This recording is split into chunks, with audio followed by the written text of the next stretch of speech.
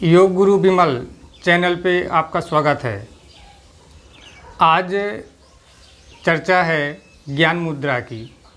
तो ज्ञान मुद्रा में बैठने के लिए हमें पहले किसी आसन की आवश्यकता होती है। आप सुखासन में बैठ जाएं, पद्मासन में बैठ जाएं या वज्रासन में बैठ जाएं। तो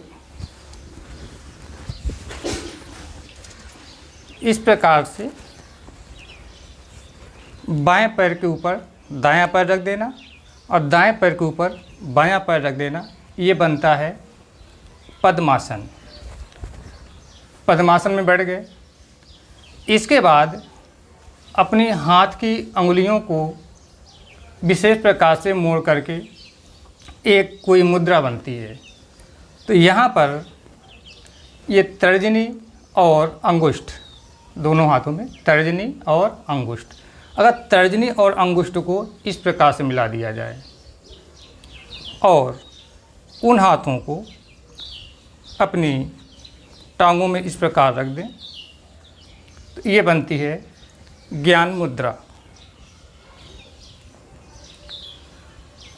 अब इसमें ये जो तर्जनी उंगली होती है ये वायु तत्व का प्रतिनिधित्व करती है और जो अंगुष्ठ होता है ये अग्नि तत्व का प्रतिनिधित्व करता है।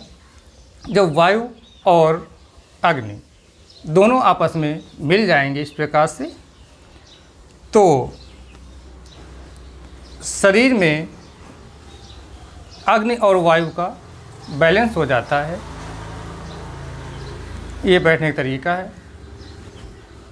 अपनी मेरुदंड सीधी और दृष्टि सामने, इस प्रकार से ज्ञान मुद्रा बनाई जाती है। आप जाने कि इस मुद्रा से करने से लाभ क्या हैं। जब यहाँ पर हमने वायु तत्व और अग्नि तत्व दोनों का आपस में संबंध बना दिया और सीधे बैठ गए, तो इससे जब हम करेंगे, निरंतर करेंगे, तो जो जिनको नींद न आने की प्रॉब्लम है उनको अनिद्रा की समस्या से छुटकारा मिलेगा। जिनका स्वभाव बहुत चिड़चिड़ा होता है, क्रोध बहुत आता है, तो इस मुद्रा से वो भी ठीक होगा। अब इसमें बैठ कर के हम अपनी आती जाती हुई श्वासों पर ध्यान केंद्रित करते हैं और जो अपने शरीर पे क्रियाएं चल रही हैं उन पर मन एकाग्र करते हैं।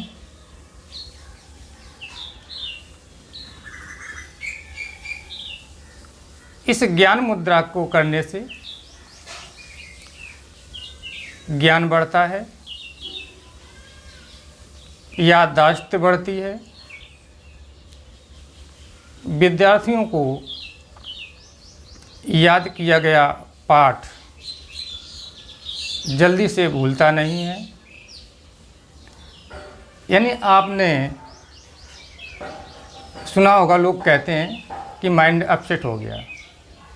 यानी कुल मिला करके अपसेट माइंड सेट हो जाता है और जब अपसेट माइंड सेट हो जाएगा तो हम जो भी सोचेंगे, जो भी करेंगे, वो कुछ अच्छा ही होगा, अच्छा ही करेंगे।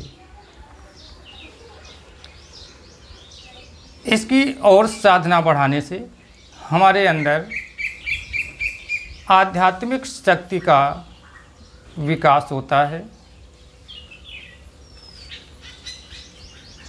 आध्यात्मिक शक्ति के विकास से हम मानव से महामानव बन सकते हैं। बस आवश्यकता है इस मुद्रा पे बैठकर समय की अवधि को धीरे धीरे बढ़ाते जाएं। आपने चित्रों पे देखा भी होगा कि जो कबीरदास जी थे, कबीरदास जी में अथाह ज्ञान था। वो इस ज्ञान मुद्रा पे ही बैठते थे। जितने भी संत महात्मा होते हैं इसी ज्ञान मुद्रा पे बैठ कर के अपनी साधना करते हैं, जिससे उनके अंदर ज्ञान की वृद्धि होती है। लेकिन हमने या आपने अपनी पुस्तकों में या चित्रों में देखा भी होगा कि जो भगवान महावीर थे, गौतम बुद्ध थे, वो ध्यान मुद्रा पे बैठते थे। ज्ञान मुद्रा और ध्यान मुद्रा ये सभी को करना चाहिए, जिससे ज्ञान और ध्यान दोनों बढ़ते हैं। ध्यान मुद्रा के विषय में अब हम अगले वीडियो पे चर्चा करेंगे। तब तक आप मुझसे जुड़े रहें, मेरे इस चैनल से जुड़े रहें। चैनल से जुड़ने के लिए आपको सब्सक्राइब करना होगा। वीडियो को अधिक से अधिक शेयर करें ताकि इस योग विद्या और योग मुद्राओं की जो चर्चा हो रही है वो सभी तक पहुँचे। आप खुश रहें, मस्त रहें और सदा निरोग रहें। इन्हीं शुभकामनाओं के साथ मिलते हैं अगले वीडियो पे। नमस्कार।